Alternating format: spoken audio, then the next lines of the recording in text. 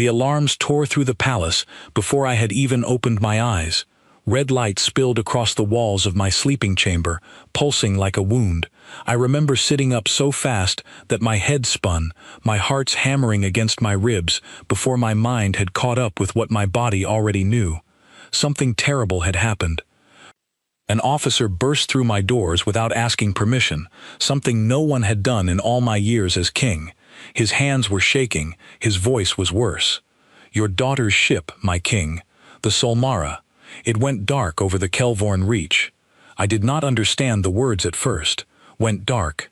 As if a star had simply decided to stop shining. I asked him to say it again, and he did. And the second time, the meaning landed like a blade between my hearts. My daughter, Salthira, commander of the Solmara, youngest fleet officer ever given her own vessel, had led her crew into what should have been a routine patrol along our border. And somewhere along that quiet stretch of space, her ship had stopped answering. I remember running through the corridors of my own palace in my sleeping robes, guards falling into step behind me, none of them daring to tell me to slow down. We reached the war room, and I saw the tactical display still glowing with her ship's last known position, a small blinking light that had simply gone silent, like a heartbeat stopping mid-beat. For 3 days we sent scouts. For 3 days I refused to eat, refused to sit on my throne, refused to let anyone speak the words I could see forming behind their eyes. On the 4th day, a recovery vessel found the wreckage. Pieces of the Solmara scattered across a debris field wide enough to swallow a moon. No survivors, no escape pods deployed, no signs of life. They told me a human battle group had been detected in that sector 2 days before the Solmara went dark. That was all the evidence anyone needed. Grief does not wait for proof. Grief takes whatever story is closest and holds on to it like a drowning man holds on to driftwood. And the story we were given was simple enough for a grieving king to believe. Humans did this. Humans took her from me. I want to be honest about what happened next, because I am not proud of all of it. I was a father who had lost his only child, and I was also a king who commanded an empire spanning 11 star systems. Those two things should never have been allowed to mix as freely as I let them. My council, led by a sharp-tongued strategist named Chancellor Vesic, did not waste a single day of my mourning before turning it into policy. Within a week, new laws were passed restricting human trade routes through our territory. Within a month, our fleet doubled its patrols along the border, weapons hot, orders simple. Within a season, what had been a fragile peace between our peoples became something closer to a blade held loosely at the throat. I let it happen. I signed every order. I sat in my throne room wearing morning colors of deep violet and gray, and every time someone suggested caution, every time a voice in my council asked whether we truly had proof of what happened to the Solmara, I silenced them with a look that said, "Grief does not answer to logic," and it did not. Grief does not care about evidence. Grief only cares about having somewhere to point. For 3 years, that was the shape of my life. I ruled an empire built on top of a wound that never closed.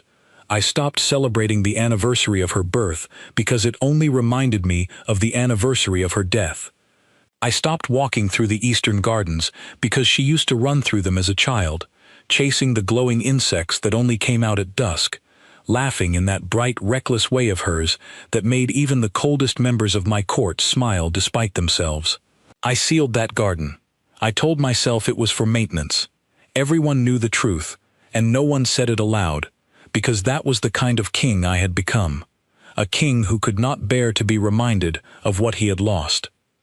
There were nights I dreamed of her ship breaking apart, though I had never seen it happen and never wanted to. My mind built the scene for me anyway, filling in details my scouts never confirmed, imagining her voice calling out over a comm channel that no one on the other end could hear anymore. I would wake with my claws dug into my own palms, and I would go to the war room before dawn, and I would stare at that same frozen tactical display until the sun rose, as if staring hard enough might rewrite what had already happened. The war faction grew stronger with every year of my silence. witHFY and his allies built entire careers on the memory of my daughter. Using her name in speeches I never approved but never stopped either. They called her a martyr. They called for expansion into contested space under the banner of protecting other systems from the same fate that supposedly took the Solmara. I told myself this was simply what grief looked like on the scale of an empire, that perhaps some good could come from turning sorrow into strength. I did not ask myself, not once in 3 years, why the wreckage of my daughter's ship had never been fully investigated. I did not ask why the debris field showed damage patterns that a battle group would not have caused. I did not ask, because asking meant reopening a wound I had convinced myself was already as closed as it would ever be. That is the man I was on, the morning everything changed. A king hollowed out by loss, ruling through the momentum of old grief, surrounded by advisors who had learned that my daughter's death was more useful to them than my daughter's life had ever been to me. I tell you this, not to excuse what came after, but because you cannot understand the shock of what happened next unless you understand how completely I had buried the possibility of hope. It began, as these things often do, with a report so strange that the officer delivering it looked as though he expected to be executed for wasting my time. An unidentified shuttle had dropped out of hyperspace at the edge of our home system. Small, unarmed, no escort. It should have been destroyed on sight, or at the very least quarantined and boarded by force. Standard procedure for any unknown vessel approaching the seat of the Empire without prior clearance. But the shuttle was broadcasting something that made every officer in the tracking station freeze at their stations. It was broadcasting a command code. My daughter's command code. I remember the officer's voice cracking as he told me, because codes like that were supposed to die with their owner, encrypted so deeply into the ship registries that recovering one after 3 years should have been impossible without the original authorization key, a key that had gone down with the Solmara. Either someone had broken an encryption that our best engineers considered unbreakable, or someone who was never supposed to be alive again was using it exactly as she had been trained to. I did not sleep that night. I sat in the war room with half my council screaming that this was obviously a trap, some clever piece of enemy engineering meant to lure our defenses into lowering their guard, and I listened to every argument, and I agreed with none of them, because something in me, something buried under 3 years of grief and policy and mourning colors, had already started to hope. And hope, I would learn again that week, is far more dangerous and far more powerful than grief ever was. I gave the order myself, against the counsel of nearly everyone around me. Let the shuttle land.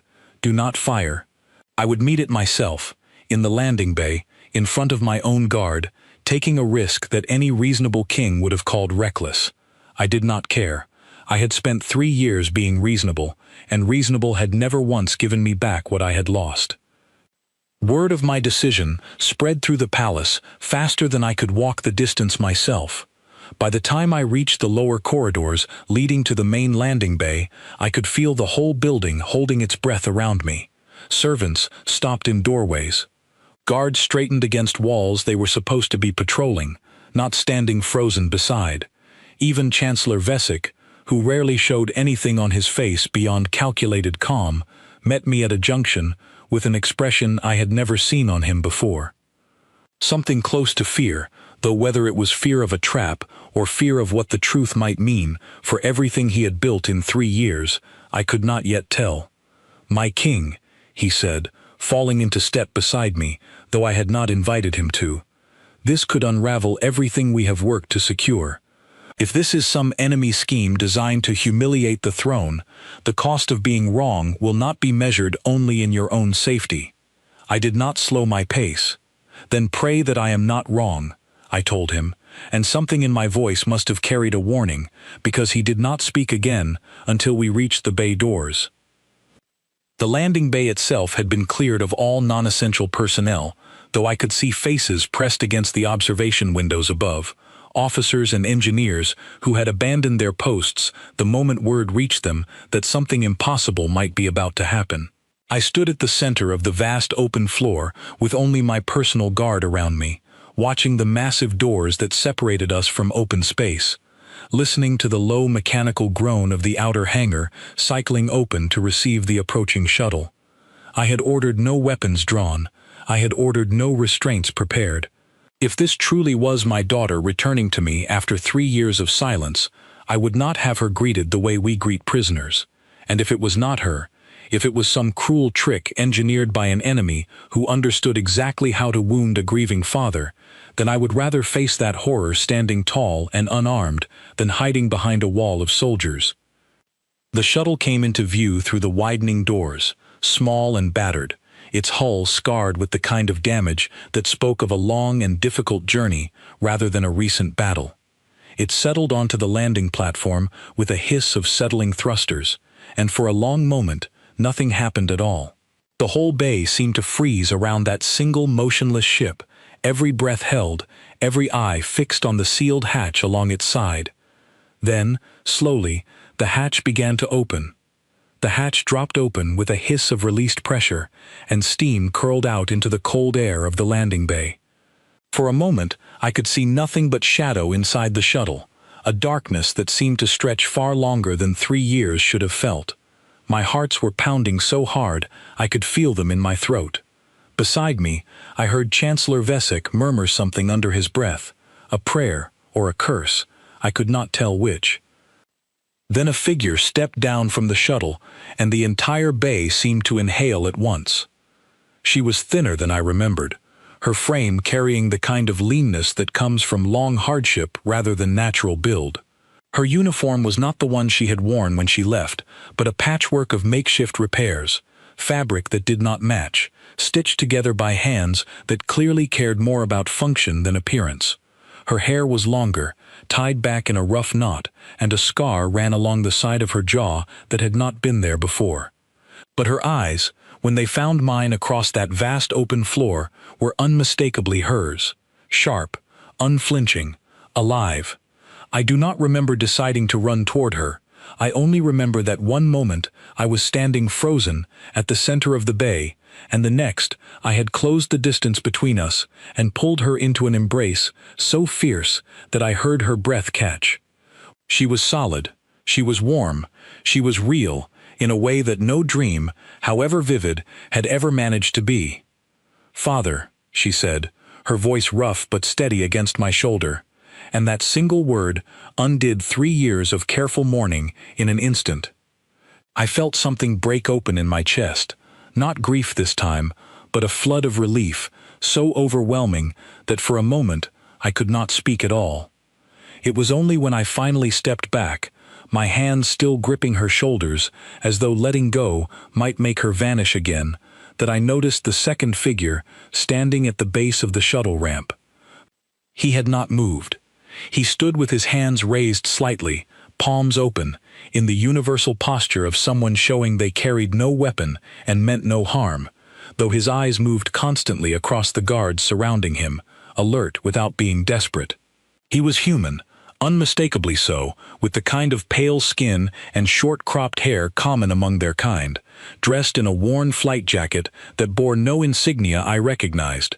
He did not look like a prisoner. He did not look like a spy either. He looked like a man who had rehearsed this exact moment in his mind many times and was now living through it with more calm than I would have expected from anyone standing in the heart of an empire that had spent 3 years building hatred toward his species. Every guard in that bay had their weapons trained on him within a heartbeat.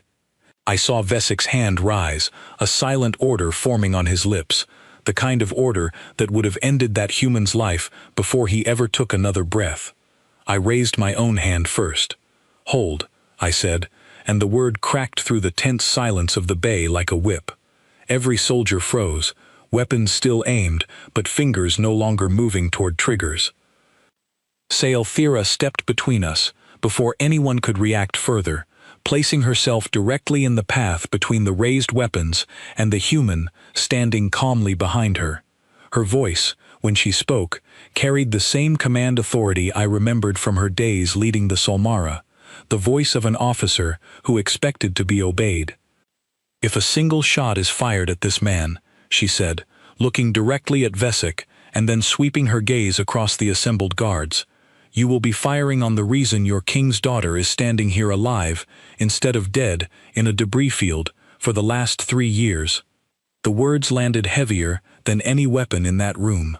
I watched the certainty drain from several faces around me, watched Vesek's raised hand slowly lower, though his eyes never left the human, calculating, suspicious, already searching for the angle that would let him regain control of a situation that had clearly stopped being his to control the moment my daughter walked off that shuttle.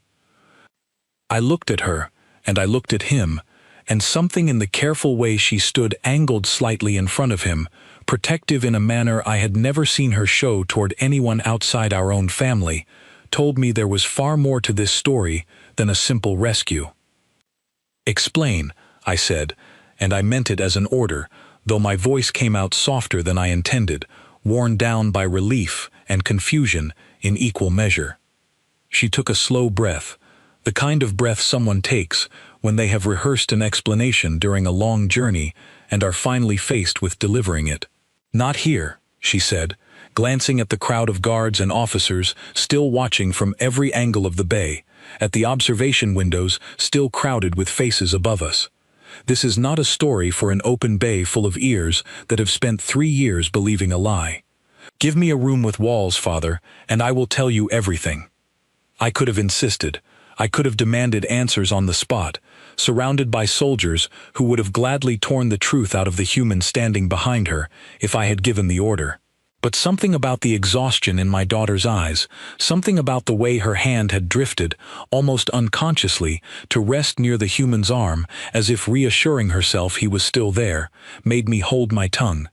"Clear the bay," I said instead, turning to address the assembled soldiers. "All but my personal guard. And someone bring proper quarters for our guest, not a cell." I heard the murmur of disapproval ripple through the ranks, saw more than one officer exchange uneasy glances at the idea of a human being housed anywhere in the palace that was not a holding cell deep beneath the lower levels. I did not care. 3 years of grief had taught me many things, but the sharpest lesson standing before me now was this. I had built an entire policy of hatred on a story I never bothered to question, and my daughter, alive against every expectation, was telling me that story had been wrong from the very beginning. Vesek lingered as the bay slowly emptied, his expression carefully neutral in the way that always meant he was working hardest to hide something. "My king," he said quietly, once most of the guards had filed out, "may I offer a word of caution before you take this human into your own halls?" "Walk with me," I told him, because I did not trust him enough to leave him alone with his own thoughts. Not yet, not until I understood exactly how much of the Empire's current hostility toward humanity had been built on his ambition rather than genuine belief. "We are speaking of a species that has been our declared adversary for 3 years, he said as we walked. "A species your own council has spent considerable resources positioning our forces against. If your daughter's rescuer is treated as an honored guest rather than questioned as a prisoner, it will send a message to every officer who has served under the current policy that their sacrifices, their losses along that border, meant nothing." I stopped walking and turned to face him fully. "Their sacrifices," I said, my voice low and cold in a way I rarely allowed it to become, "were made defending a story that my own daughter is about to tell me was false. If that story crumbles, Vesek, it will not be my daughter's rescuer who bears the blame for what comes next. It will be whoever built the story in the first place." I watched something flicker behind his eyes, quickly masked, quickly smoothed over into practiced diplomatic concern. "Of course, my king," he said. "I only wish to protect the stability you have worked so hard to maintain." I did not answer him. I turned and walked toward the private council chamber where my daughter and her human companion were already waiting, escorted by guards who watched the stranger among them with wary, unblinking eyes, and I found myself, for the first time in 3 years, uncertain of exactly which story I had spent all this time defending, and exactly how much of it had been built for me rather than by me. When I entered the chamber, Saelthira was seated at the long table, and the human, Marcus, as she introduced him the moment I stepped through the door, stood a respectful distance behind her chair, still saying nothing, still watching everything, the way a man watches a room when he has learned the hard way that comfort is a luxury he cannot yet afford. "Sit, father," my daughter said, gesturing to the chair across from her with a tiredness that seemed to reach all the way down into her bones. "What I am about to tell you will be hard to hear, but you asked for the truth, and after 3 years, I think you have finally earned it." I sat, and I listened. "It did not begin the way you were told," she said, folding her hands together on the table, as though steadying herself before diving into water she knew would be cold. "We were never attacked by a human battle group. There was no engagement along the Kelvorn Reach that day, not with any human vessel. What destroyed the Solmara came from within our own fleet." I felt the words land somewhere deep in my chest, though I did not yet understand them. "Within our own fleet," I repeated, because my mind refused to shape the sentence into something that made sense on its own. She nodded slowly. "We had been patrolling the border for 6 days when a support cruiser signaling itself as one of ours requested docking clearance, claiming engine trouble and a need for emergency repair assistance. It was not unusual. We had escorted damaged vessels before. I gave the order to bring them alongside, and that decision very nearly cost every soul aboard my ship their life. The moment the cruiser's docking clamps locked onto our hull," she continued, her voice tightening with the memory, "they opened fire from point-blank range, not with weapons meant for ship-to-ship combat, but with charges placed directly against our reactor housing. It was not a battle. It was a controlled detonation, designed to look like the aftermath of one. Someone wanted the Solmara destroyed in a manner that would leave enough wreckage to tell a story, but not enough evidence to tell the truth." I sat frozen, trying to absorb what she was describing. "Who?" I finally managed to ask, though some cold certainty was already forming in the back of my mind, a suspicion I did not yet want to voice aloud. "I do not have proof of who gave the order," she said.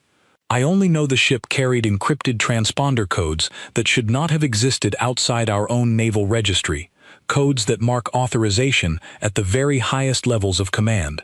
Someone within the Empire wanted the Solmara gone, father, and wanted it to look exactly like an act of human aggression." She let that settle in the room before continuing, and I found myself thinking of Vesek's carefully neutral expression in the corridor outside, of the war policy he had built so efficiently in the exact shape my daughter's death had left behind, as if the shape had been measured before the wound was even made. "The explosion tore the ship apart in sections," she said. "I remember very little of the moments right after, only fragments. The hull breaching around me, the cold vacuum pulling at everything that was not secured. I managed to reach an escape pod, one of only 3 that launched before the reactor went critical and finished what the charges had started. I do not know if anyone else survived that initial blast. I have spent 3 years hoping, and 3 years afraid to hope too much. My pod drifted for what I believe was close to 4 days," she continued. "Life support was failing. The pod had taken damage during launch, enough that the distress beacon was transmitting on a fraction of its intended strength, likely too weak to ever reach a friendly ship, though strong enough, it turned out, to reach something else entirely." She paused here, and for the first time since she had begun speaking, her eyes flicked toward the human, standing quietly behind her chair, a look that carried something far warmer than gratitude, something closer to the kind of trust that is only built through shared suffering. "I want you to understand, Father, that when Marcus found my pod, he was not required to render assistance to me in any way. His own command structure had issued standing orders regarding vessels from our empire, orders that did not include rescue. If anything, the expected response to finding a wrecked escape pod bearing our empire's markings would have been to destroy it or leave it, given the tensions that had already been building along that border even before my ship was destroyed." I turned my attention fully to the human for the first time since entering the chamber, studying him properly rather than simply registering his presence as a threat to be assessed.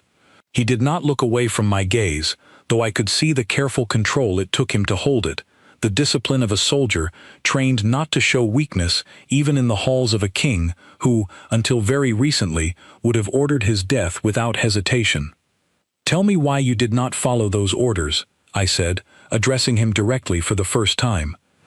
He glanced briefly at Saelthira, as though seeking silent permission to speak, and when she gave a small nod, he cleared his throat and spoke for the first time since arriving in my palace, his voice careful, measured, the voice of a man choosing every word with deliberate weight. "Because orders like that only make sense from a distance," he said. "It is easy to write a policy that says leave no survivors when you are sitting in a command center light years from the actual wreckage. It is much harder to look through a viewport and see a life support display counting down toward zero, knowing there is a person inside that pod who has not yet done anything except exist on the wrong side of a line someone else drew. I could not make myself fly away from that. I have tried to explain it to my own commanders many times since, and I am not certain I have ever found the right words. I only know that leaving would have cost me something I was not willing to lose, even if staying cost me everything else." Saelthira picked up the story again, describing how he had brought her pod aboard his own vessel, a small long-range scout craft operating well outside the reach of any support fleet, and how he had spent the following days keeping her alive using medical supplies never designed for our physiology, working from instinct and improvisation rather than any manual, because no manual existed for treating an alien officer aboard a human scout ship in the middle of contested space. "He barely slept," she said. "I remember waking at intervals during the worst of the fever that followed my injuries, and every time I woke, he was there, adjusting something, checking readings, trying formulas of medicine meant for his own species, and hoping desperately that something in the chemistry would translate well enough to help rather than harm. There were nights I was certain I would not survive until morning, and there were nights I think he was equally certain, and yet he never once suggested turning back toward his own command to hand me over as a prisoner, which would have been the easier choice, and likely the choice that would have earned him recognition rather than the immense risk he chose instead." I looked at him again, this human who had spent 3 years as the villain in every speech Vesic had crafted, the faceless enemy my empire had rebuilt its entire foreign policy around, and I found myself struggling to reconcile that image with the quiet, careful man standing before me now. "Why did you not return her sooner?" I asked. Because 3 years was a long time to nurse an injury, however severe, and something about the timeline still did not sit comfortably in my mind. It was Saelthira who answered this time, her expression darkening. "Because the moment we realized what had truly happened to the Solmara, we understood that returning me too quickly, before we had any proof of the conspiracy behind the attack, would only result in my death at the hands of whoever wanted the Solmara destroyed in the first place, and very likely Marcus's death alongside mine, dismissed as either an enemy combatant or a traitor collaborating with one. We spent those years gathering what evidence we could, moving carefully, avoiding both our fleets in equal measure because we could not be certain which parts of either side might already be compromised by whoever ordered the attack." She reached into a small pouch at her belt and placed a data core on the table between us, its casing scorched along one edge, clearly salvaged from wreckage rather than issued through any official channel. "This contains partial data recovered from the support cruiser's navigation logs before it withdrew from the Solmara after the attack," she said. "It is not complete. Some of it was corrupted in the explosion. Some of it we have not yet been able to fully decrypt. But what we have recovered points toward authorization codes belonging to someone very high within our own command structure, someone who had access to encrypted registries that should have been impossible for an outside enemy to forge." I stared at the small, scorched device sitting on the table, feeling the weight of 3 years of certainty beginning to crack apart beneath a truth I had never allowed myself to consider. "I want you to understand," I said slowly, "that if what you are telling me is true, it means the empire I have led for 3 years has been shaped entirely around a lie, and the man responsible for that lie has been standing at my side through every council meeting since your ship went dark." Saelthira met my eyes without flinching, the same steady gaze she had carried since childhood, the gaze that had made her such a natural commander despite her age. "I know, Father," she said quietly. "That is exactly why we could not simply send a message. That is why I had to come home myself, in person, with proof, and with the one person who can testify to everything that happened after the attack, because I suspected that if I sent nothing but words, someone with enough power inside this palace would find a way to make sure those words never reached you at all." I sat back in my chair, my mind racing through every decision I had made over the past 3 years, every policy signed, every speech given in her memory, every ounce of hatred cultivated in her name, and I felt something cold settle into my chest that was not quite grief and not quite anger, but some new and unfamiliar mixture of both. "Who else knows you have returned?"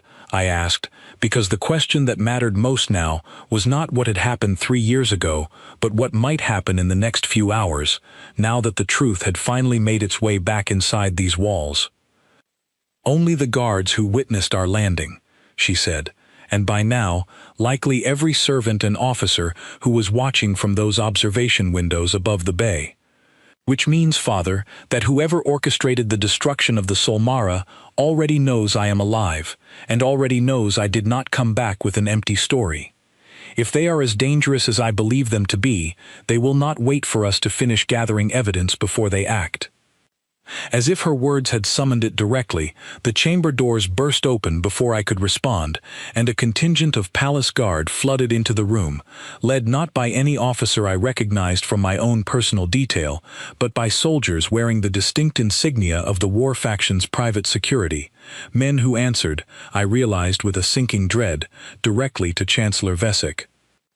"By order of the Security Council," their commanding officer announced, his voice carrying the flat, rehearsed certainty of a man executing a plan prepared well in advance of this moment.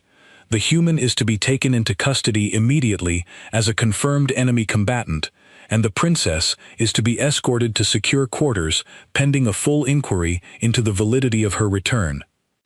I rose from my chair so quickly that it scraped hard against the stone floor. "On whose authority?" I demanded, and though my voice carried the full weight of the throne behind it, I already suspected, with a sick certainty, exactly whose authority it was. The commanding officer hesitated for only a moment before answering, long enough to confirm every suspicion I already carried. "Chancellor Vesic issued the order, my king, citing emergency protocols regarding unverified persons of interest returning from contested territory." "Emergency protocols," I repeated, letting the words sit bitterly on my tongue. "Protocols that somehow allow a chancellor to override the direct command of his king inside the king's own council chamber." The officer's certainty wavered slightly, though he did not lower his weapon, and neither did the dozen soldiers flanking him, all of them now aiming toward Marcus, who had gone very still beside my daughter's chair, his hands raised again in that same careful posture from the landing bay, showing no aggression, offering no excuse for anyone to act. Saelthira stood, placing herself once more between the weapons and the man they were aimed at, her voice cutting through the tension with the same command authority that had once led an entire crew through the dangers of deep space patrol. "Lower your weapons," she said. "I am a ranking officer of this Empire's fleet, and I am telling you that this man is under my protection, and that the order you have been given is designed to silence evidence of a conspiracy against the throne itself." The officer's eyes flicked toward me, searching for guidance, caught between the standing order from a chancellor who commanded significant authority within the security apparatus and the direct presence of the daughter he had believed dead for 3 years, now standing very much alive and very much furious in front of him. I stepped forward, placing myself beside my daughter, so that both of us stood between the raised weapons and the human they were meant to take.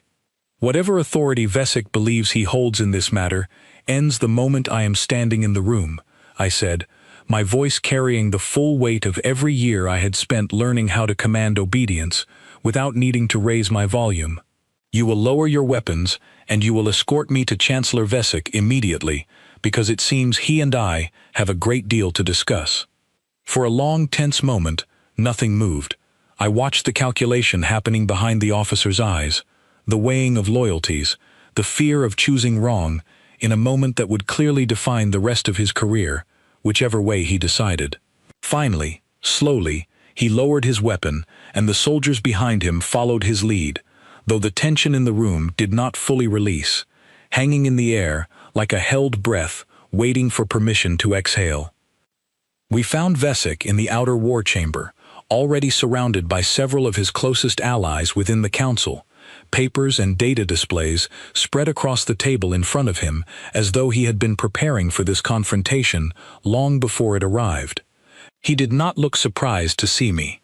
If anything, his expression carried the calm resignation of a man who had known this moment would eventually come, and had simply hoped to delay it as long as possible.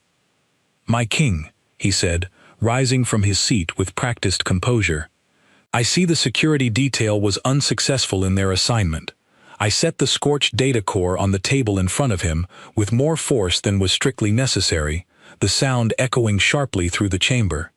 "Perhaps you would like to explain why encrypted authorization codes belonging to someone with access far beyond a common enemy combatant were used to disguise an internal attack on my daughter's ship as an act of human aggression," I said, watching his face very carefully as I spoke, searching for any flicker of surprise or confusion that would tell me I had guessed wrong. There was no such flicker, only a brief tightening around his eyes, quickly smoothed away, the reaction of a man recalculating rather than a man genuinely caught off guard. "I do not know what forged evidence the human has convinced your daughter to bring back with her," he said carefully, "but I would caution you, my king, against allowing 3 years of grief to be undone by a story conveniently delivered by the very species we have spent that grief defending our empire against." I felt something cold settle over me at his words, a clarity I had not possessed in 3 years. "You misunderstand something important, witHFY," I said. "It was never grief that built this policy. Grief only opened the door. You were the one who walked through it, and you built an empire's foreign relations on top of my daughter's supposed death because it served your ambitions far better than her survival ever could have." I watched the room shift around us as several of the council members present exchanged uneasy glances, some clearly aligned with witHFY and unwilling to abandon 3 years of political investment, others visibly reconsidering their loyalties in real time as the weight of what was being suggested settled over the chamber. "This is treason you are describing," one of the older council members finally said, her voice carrying genuine alarm rather than calculated defense. "If what the princess claims is true, then someone orchestrated an attack on the heir to the throne and disguised it as an act of war to manipulate empire policy for personal gain." "Yes," I said simply, turning my attention fully back to witHFY, "which is why I want every record of authorization codes from the day of the attack pulled and cross-referenced immediately, under guard, with no opportunity for anyone in this room to alter or delete them before the comparison is complete." witHFY's composure finally cracked, just slightly, a tightening at the corner of his mouth that told me he understood exactly how thin the ice beneath him had become. "My king, surely you do not intend to dismantle 3 years of careful policy based on the unverified word of a human soldier and a princess who has spent 3 years in the company of our supposed enemy, doing who knows what, learning who knows what loyalties." Saelthira stepped forward before I could respond, her voice sharp with a fury she had clearly been holding in check since the moment she walked off that shuttle. "The loyalty I learned, Chancellor, was the loyalty of a man who risked his life and his standing among his own people to save mine, when every order given to him said to let me die. That is a loyalty your own council has not shown me even now, standing here demanding my rescuer be taken into custody before you have bothered to ask a single question about what actually happened to my ship." The chamber fell silent at that, and I watched several council members lower their eyes, unable to meet either my daughter's gaze or mine. I gave the order myself, cutting through the tension before it could be argued away. "Pull the authorization records. Cross-reference them against the data core my daughter has provided.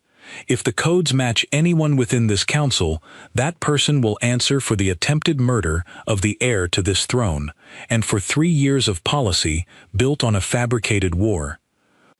It took less than an hour for the comparison to be completed, an hour spent in tense silence as guards loyal to my own household rather than to witHFY's private security secured the chamber and confirmed that no records could be altered before the analysis concluded.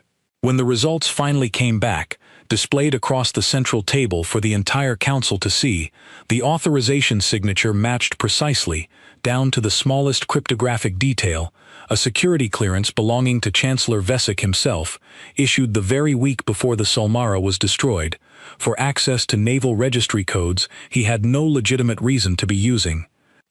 The silence that followed was heavier than any I had experienced in 3 years of mourning. I watched witHFY's face drain of color as the evidence hung glowing in the air between us. Watched him search desperately for some explanation that might still save him, and find none.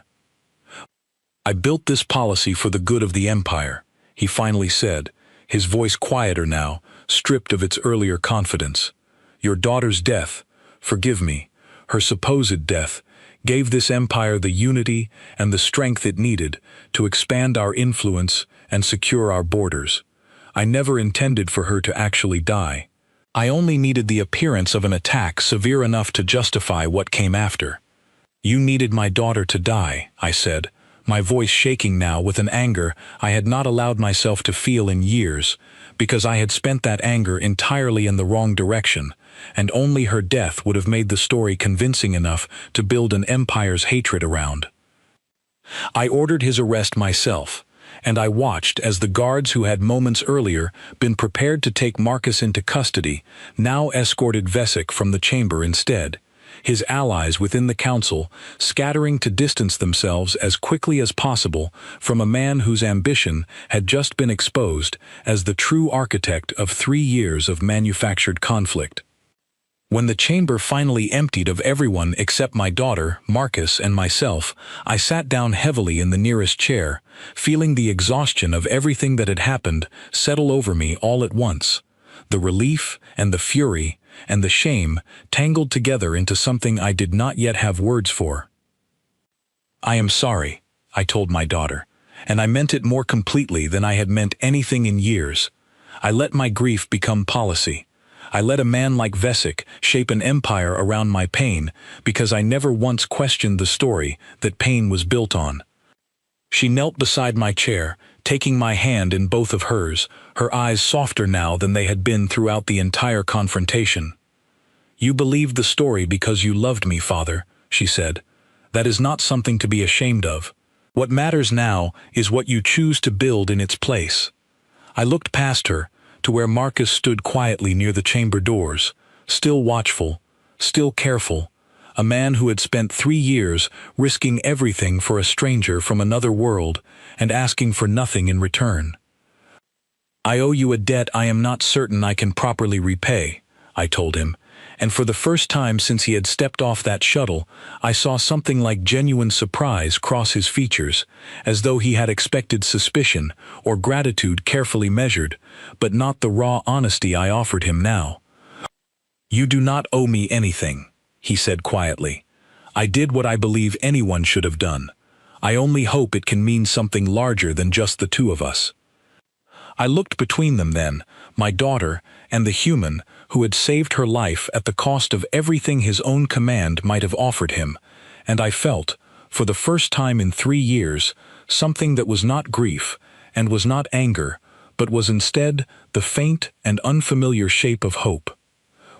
"It can mean something larger," I told him. "I intend to make certain that it does."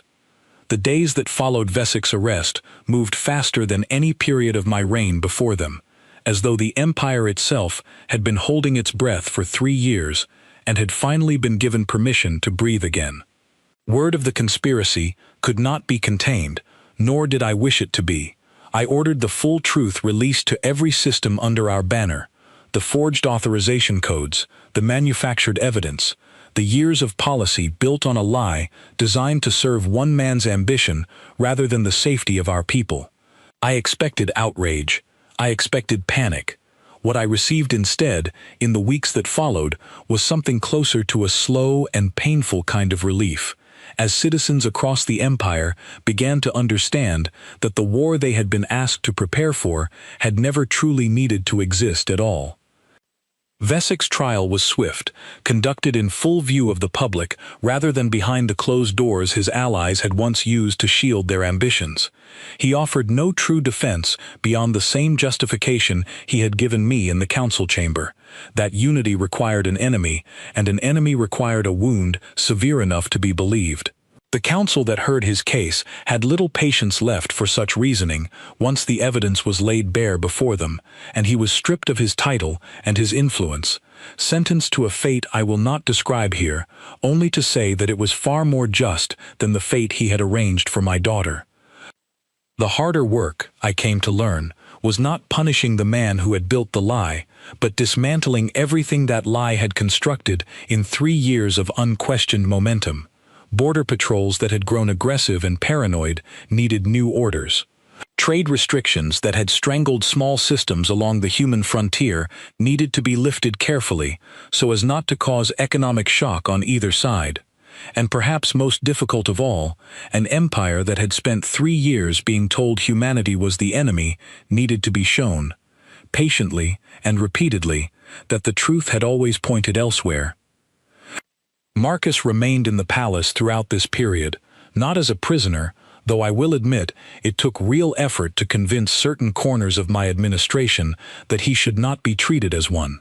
He spent long hours in quiet conversation with my daughter, reviewing the recovered data core, helping identify which portions of the corrupted files might still be salvageable, offering perspective on how his own people's command structure might react to the sudden reversal of 3 years of hostility. I found myself, more often than I expected, seeking him out myself, curious about this species my empire had spent so long defining through fear rather than understanding. I asked him once, during one of these conversations, what had happened to his own career after he chose to save my daughter instead of following his orders. His expression grew heavier at the question, though he answered honestly, the way he answered everything. I was reported as missing in action not long after we left the border sector together, he said. My scout craft went dark from human commands tracking the same way the story required, and I imagine by now they have either assumed I was killed in action or, more likely, that I defected. Neither assumption paints a flattering picture, and I am not certain how my own command will receive me if I ever return. If you return, I said, and something in the way I phrased it made him look up sharply. I intend to make certain you have the opportunity to find out, I told him, and I meant it as more than simple gratitude. I meant it as the first step toward something far larger than repaying a personal debt. It took nearly 2 months of careful diplomatic effort, conducted through the few neutral channels that still existed between our empire and human territory, before a formal meeting could be arranged. The tension on both sides was immense. 3 years of hostility does not dissolve simply because the origin of that hostility has been exposed as false. Many among my own people remained convinced that humanity's aggression, whatever its cause, had been real enough in smaller skirmishes along the border during those years, skirmishes I now understood had likely been fueled as much by our own aggressive patrols as by any genuine human hostility. And among the humans, I later learned, there were many who distrusted any sudden gesture of peace from an empire that had spent 3 years preparing openly for war against them. The human command structure, once contacted through careful and heavily guarded channels, proved surprisingly receptive once Marcus's own testimony, along with the recovered data core, was shared with their leadership. I later learned that the officer who had originally issued the order Marcus disobeyed, a stern commander named Colonel Grant Hale, was among the first to review the evidence personally, and though I never met him face to face during those early negotiations, Marcus told me that Hale had said only one thing upon seeing the full truth laid before him. He said that he was ashamed the order had ever been given in the first place, Marcus told me, and that if more of his people had shown the judgment I did, instead of following it blindly, we might have avoided 3 years of unnecessary fear altogether. The first formal meeting between our two peoples took place in neutral space, aboard a station built specifically for the occasion, small delegations from each side meeting under careful truce to begin the slow work of untangling 3 years of manufactured conflict. I attended personally, against the advice of several remaining council members who still worried for my safety in the presence of a species we had so recently called our enemy.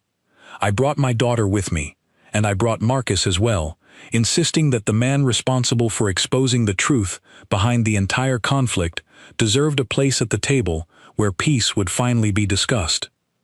The negotiations were not simple.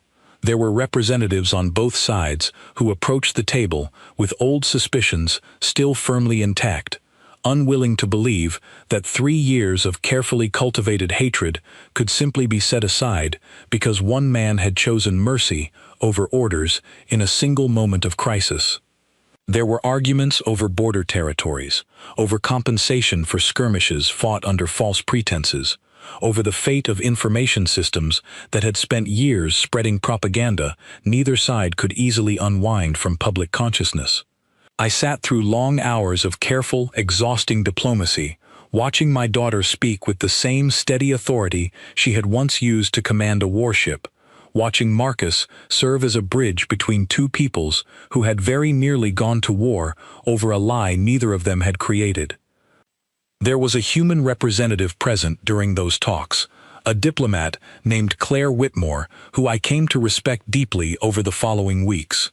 She approached the negotiations with a clear-eyed practicality that reminded me, in some ways, of my daughter, a refusal to let old grievances cloud the path toward a workable peace, paired with an unwillingness to simply forgive and forget without proper acknowledgement of the harm already done on both sides.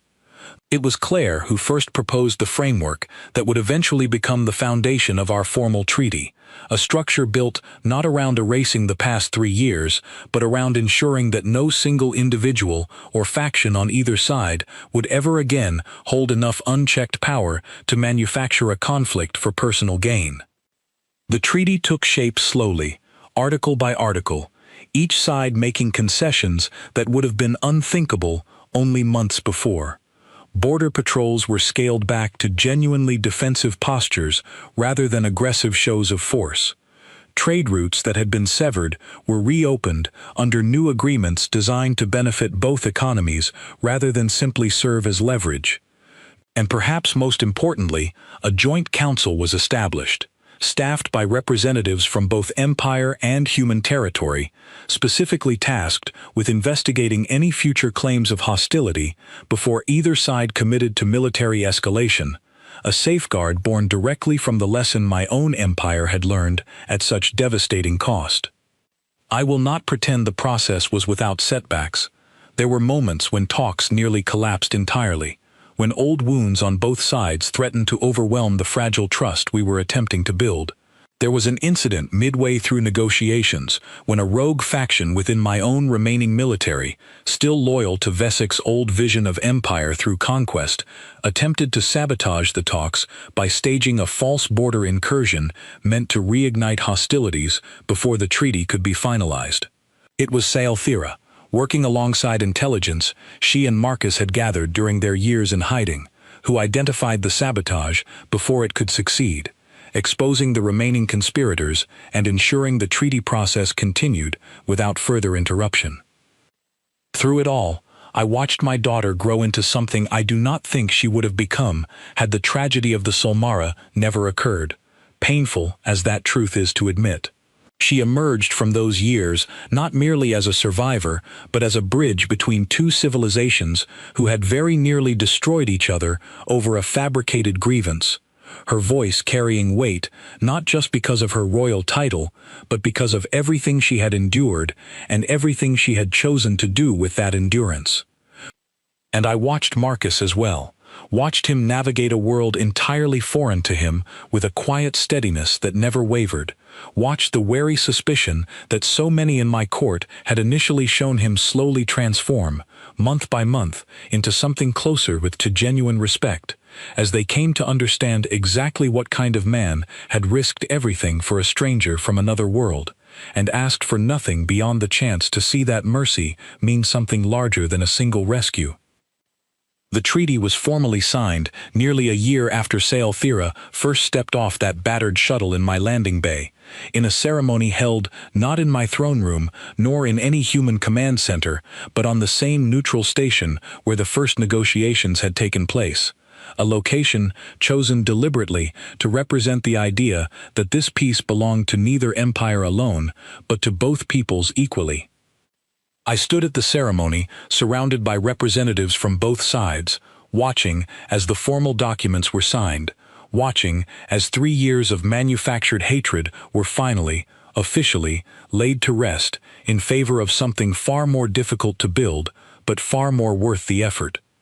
Claire Whitmore signed on behalf of human leadership, her expression carrying the quiet satisfaction of someone who had helped shape something lasting rather than merely convenient. And beside her, though not required by any formal protocol, stood Colonel Grant Hale, who had insisted on attending personally, telling Marcus privately that he wished to see, with his own eyes, the peace that had grown from the single moment of defiance he had once been prepared to punish.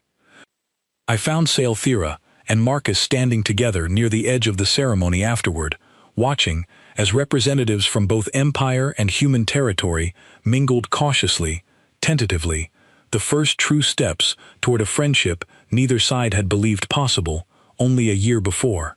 My daughter's hand rested easily in his, a gesture so natural between them that I found myself wondering how long it had been growing. Quietly, through years of shared hardship, neither of them had spoken of, in full detail, even to me. "I do not think I properly thanked you," I told Marcus, standing beside them as the lights of the station reflected softly against the viewport beyond, showing both our worlds visible together in the same stretch of open space. "You gave my daughter back to me," I continued, "when you had every reason and every order to simply let her die. And in doing so, you exposed a lie that would have led both our peoples into a war built on nothing but ambition and grief. I do not know how an empire properly repays a debt of that size." He was quiet for a moment, considering his answer carefully, the way he always did. "You do not repay it by thanking me," he finally said. "You repay it by making certain this peace outlasts both of us, so that no father ever again has to bury a child over a lie, and no soldier ever again has to choose between following an order and doing what he knows in his own heart is right." I looked out at the assembled representatives of two peoples who had very nearly destroyed each other, at my daughter standing steady and unbroken beside the man who had saved her, and I understood, more clearly than I had understood anything in 3 long years of grief and mourning and manufactured war, that the greatest threat my empire had ever faced was never the species we had spent 3 years fearing. It was the lie we told ourselves about them, a lie built from grief and nurtured by ambition, believed so completely that it nearly cost us everything worth protecting in the first place. And it was a single act of mercy, offered by one soldier who chose compassion over orders in a moment no one was watching, that finally tore that lie apart and gave both our peoples the chance to build something true in its place. I am a king who once believed his daughter was lost forever in a battle that never happened. I have learned, in the year since she returned to me, that the story we tell ourselves about our enemies is often far more dangerous than the enemies themselves, and that sometimes the greatest act of strength a leader can offer is not vengeance for a wound, but the humility to ask whether the wound was ever real at all. My daughter lived. My empire changed. And it began, improbably and irreversibly, with a single human who refused to let go of a stranger's life simply because he had been told that stranger did not matter. That is not a debt easily repaid, but it is a debt I intend to honor for as long as I remain on this throne, and for as long as the peace we built together continues to hold between our stars.